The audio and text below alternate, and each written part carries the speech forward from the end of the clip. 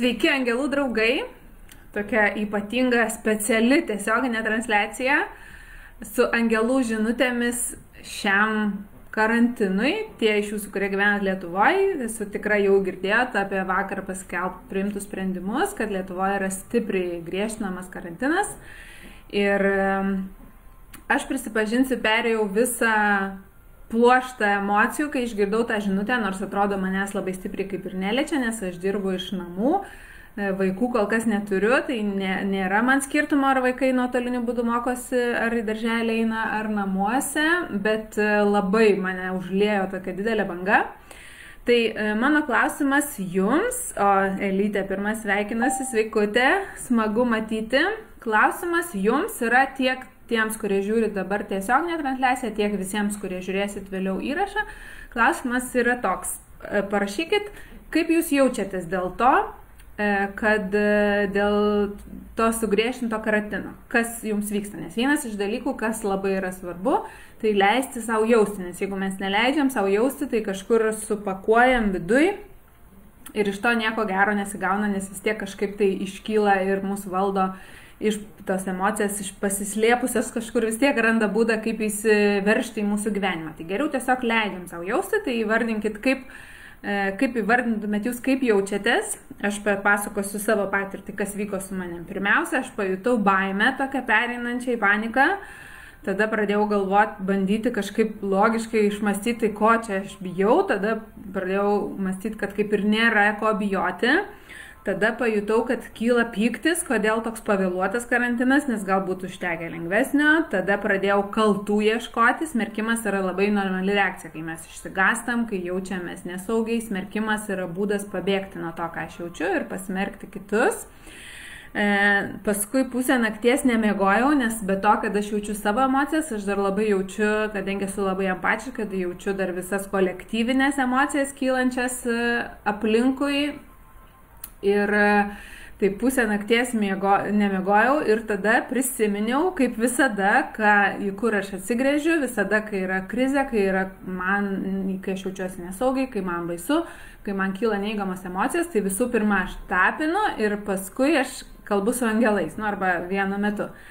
Matau, Inga sako, pasimetusi, irgi labai normali emocija, mes leidžiam visom emocijom būti kaip yra. Tai ką šiandien norėsiu, kad mes padarytumėm, tai yra, aš ištrauksiu mums 3 žinutes, kaip traukiau kortą metams, kaip traukiau kortą gruodžiui, taip ir dabar šitam karantinui aš ištrauksiu mums visiems 3 žinutes ir prašysiu, kad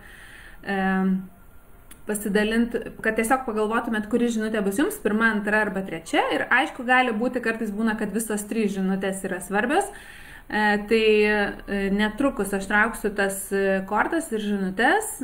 Vilma rašo, po žinios užlieja skirtingų emocijų lavina. Na taip, tikrai aš irgi panašiai pasijutau. Ir labai simboliška, kad mano angelų klube jo nariai gauna savo asmeniškai ištrauktas kortas kiekvieną savaitę ir aš pati savo irgi ištraukiu kortą ir kadangi traukiu iš anksto, sveikutė Jolita, kadangi traukiu iš anksto, tai aš paprastai pamirštu, ką aš savo išsitraukiau, bet šitos kortos nebuvau pamiršus, nes aš išsitraukiau savo kortą vulkanas ir žinutė yra kintamumas, bet iš esmės vulkano, ta tokia vaizdinys, sproginėjantis vulkanas, verdanti lava, šaudanti. Ir man įstrigo ta korta, nes aš galvojau, tai kas čia tokio bus mano gyvenime prieš šventes, prieš kalėdas, kad reiks sproginėti dėl kažko. Nes, aš kadangi reguliariai tapinu ir nuolat paleidinėjau emocijas, tai sprogimai būna retai pas mane. Kartais būna, bet, tiesiog man buvo netikėta. Tai kai šiandien ryte gavau šitą kortą, supratau, kodėl vulkanas, dėl to, kad iš tikrųjų daug visko kyla. Ir mano pagrindinis ketinimas yra būti su tuo ir leisti savo jausti, nes jeigu aš užblokuosiu, tai tikrai iš to nieko gero nebus. Taip, Elytė sako, labai stipriai jaučiu svetimas emocijas, pati viduje esu pakankamai rami, Inga sako, liūdesys, taip. Ir mane dar labai palaiko mintis apie ankstesnį karantiną, tada atrodo buvo dar baisiau, nes buvo viskas nauja, dabar jau mes vieną kartą visi tai išgyvenom. Ir tai tiesiog leidžiam savo jausti tas, kas iškyla ir mes dabar padarysim tokį trumpą tapingo raundą. Tokia sutrumpinta versija, tiesiog, kad nuimtumėm tą tokią sujudėjusią emociją, kurią aš pati ir sujudinau, nes norėjau tam, kad mes norim padaryti vietos, tai kad padarytumėm pas save vietos geresniems dalykams, tai turim paleisti tai, kas iškilo, įprasti paleisti. Nes dažnai būnam įpratę užspausti kažkur ir paslėpti. Tai žodžiu, mes padarysim tokį tappingo raundą be intensyvumo, be pradinio delno briaunos, tiesiog pabandykit kartoti kartu su manim ir jeigu dar kažkas jums iškyla kažkokią neigiamą emociją, ką jaučia, tai parašykit, gal dar spėsiu irgi iš komentarų paimti ir įdėti į mūsų tą sąrašą. Tai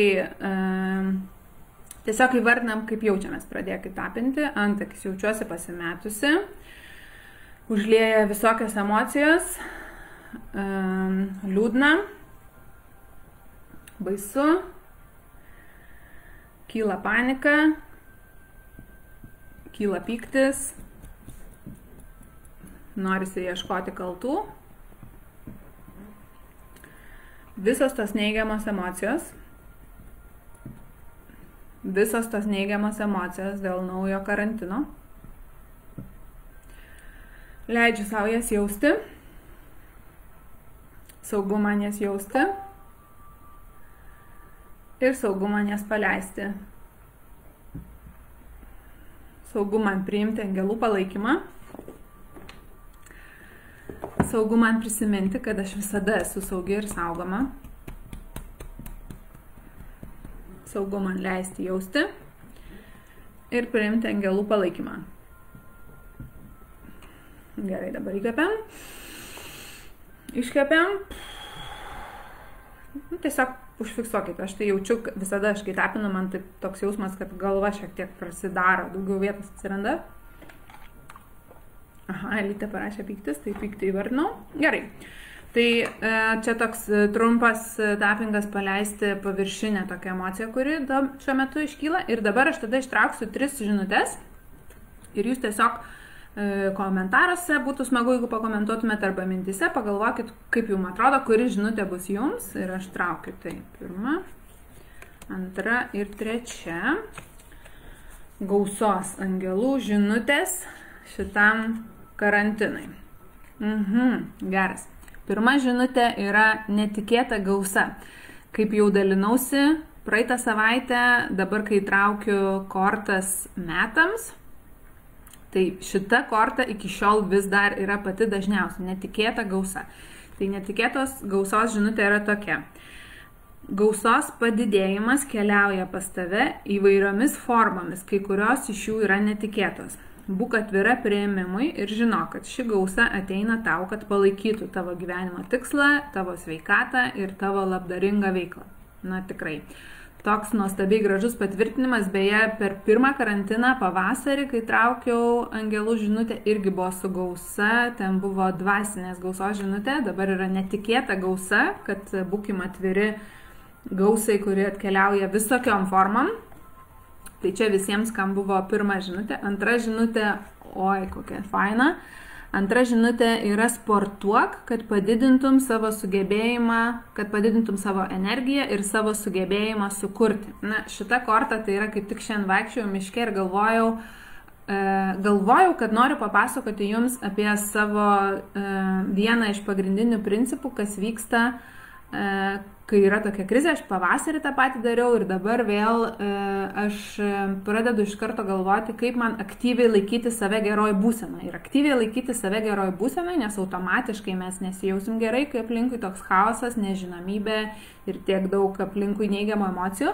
Ir sportas ir judėjimas yra vienas iš būdų, kuris padeda aktyviai laikyti save geroj būsenai, bet aš pagalvojau, kad aš tiesiog ištrauksiu kortas ir pažiūrėsim, jeigu bus kažkas į tą temą, tai papasakosiu. Tai buvo.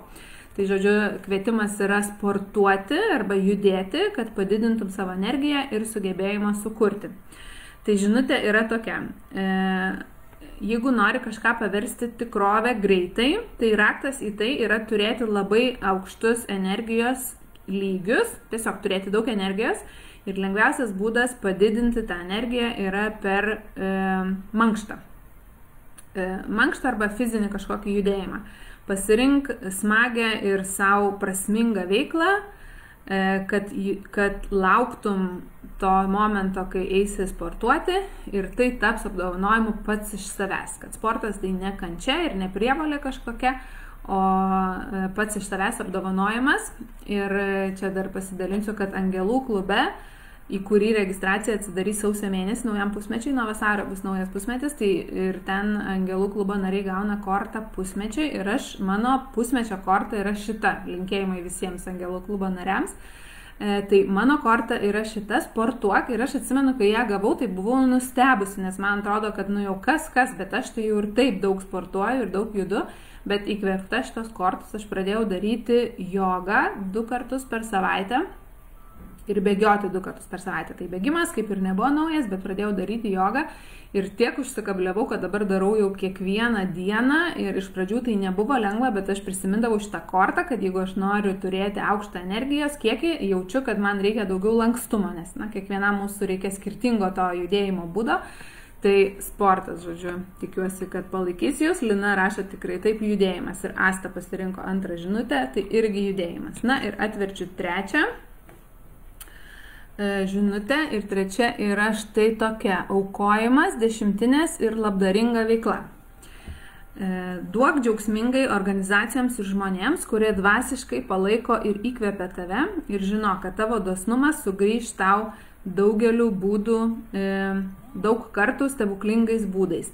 Laikas, resursai, pinigai ar bet kas kitas, ką aukoji, užtikrins, kad tavo teigiama energija auga. Na štai tokia graži žinutė.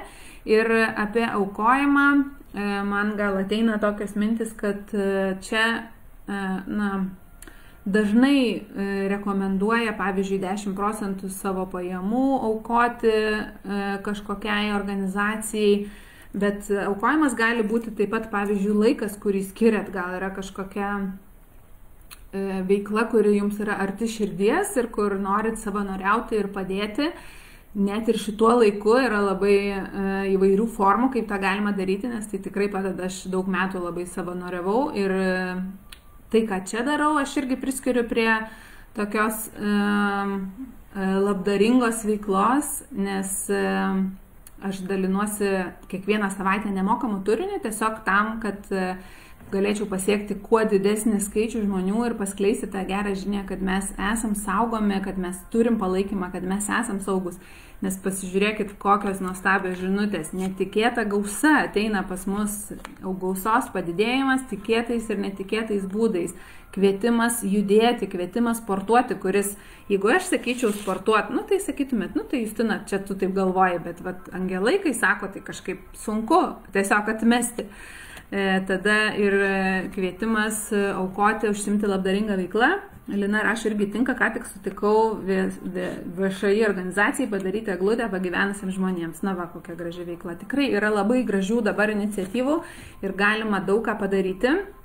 Ir dar aš priminsiu keletą dalykų, ką aš kviečiu, ką galit nuveikti kartu su manim, jeigu jums norisi daugiau palaikymo. Tai jeigu dar negauna, tai būtinai užsiprenumeruokit mano naujienas, dėl to, kad mano prenumeratoriai kiekvieną antradienį gauna iš manęs angelų žinutę. Ir užsiprenumeruoti galit, tuoj aš įkelsiu jums nuorodą. Jeigu dar negaunat, tai tikrai labai rekomenduoju, labai nuostabios pastiprinančios žinutės. Tada be to, kad gauna angelų žinutę, dar kiekvieną savaitę būna naujas video.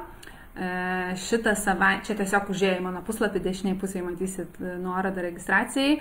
Šitą savaitę bus net 2 įrašai, šiandieninis įrašas angelų žinutės ir dar penktadienį bus tapingo įrašas, ką daryti, jeigu liūdna šventiniu laikotarpiu, kas irgi yra dažnas reiškinys kiekvienais metais, o šiemet, manau, dar labiau, tai dėl to įrašiau jau tapingą, jeigu liūdna šventiniu laiku. Tada labai rekomenduoju savo knygą Palaikanti visatos energiją. Turiu dar kelias, galiu išsiųsti, užsisakiau papildymą iš leidyklos, nežinau, kada atvažiuos, bet kol kas dar siunčiu, dar turėtumėte ir iki Kalėdų gauti, jeigu norit kažkam dovanų padovanoti, nusiųsti. Ir taip pat, jeigu norit asmeninę angelų kortą ir asmeninę angelų žinutę, Jeigu norit gauti savo asmeniškai, tai galit nusipirkti iš manęs kol kas kaina 9 eurai, asmeninė angelų žinutė ir tapingo įrašas stebuklingi 21 su angelų palaikymu. Jau gavau nemažai gražių atsiliepimų apie tai, kad suskambėjo, kad tiko, kad stiprus tapingo įrašas, tad jeigu sumąstysit, tai irgi galit tą padaryti, tuoj įkelsiu nuorodą, kur tai yra asmeninė gausos angelų korta. Taip. Taip, Aušra sako, pirmiausia sužinojusi pajaučiau pyktį, o kai aprimo emocijas, tai pasidarė labai liūdna. Na taip, liūdesys irgi tikrai dažnas reiškinys, manau, ir per šitas šventes, tai dėl to labai kviesiu tapinti kartu su manim, paleisti liūdesį. Na, o aš dar kartą pasidžiaugsiu, pasidalinkit jums, kuri žinutė labiausiai suskambėjo. Čia buvo netikėta gausa, sportuok, kad padidintum savo energiją. Ką aš išverčiau į aktyviai laikyk save geros būsenos ir aukojamas dešimtinė ir labdaringa veikla. Pasidalinkit, gal bus kažkokių gerų idėjų, ką nusprendėt padaryti dar šituo šventiniu laikotarpiu, gal kažką galėsim ir mes dar prisijungti, sudalyvauti. Na ir kaip visada primenu, kad mes esam saugus ir saugomi, net jeigu patys to nejaučiam. Ir angelai visada šalia ir visada pasiruošę padėti, užtenka tiesiog paprašyti arba pasakyti ačiū, kad padedat man. Tai angelai visada šalia. Iki.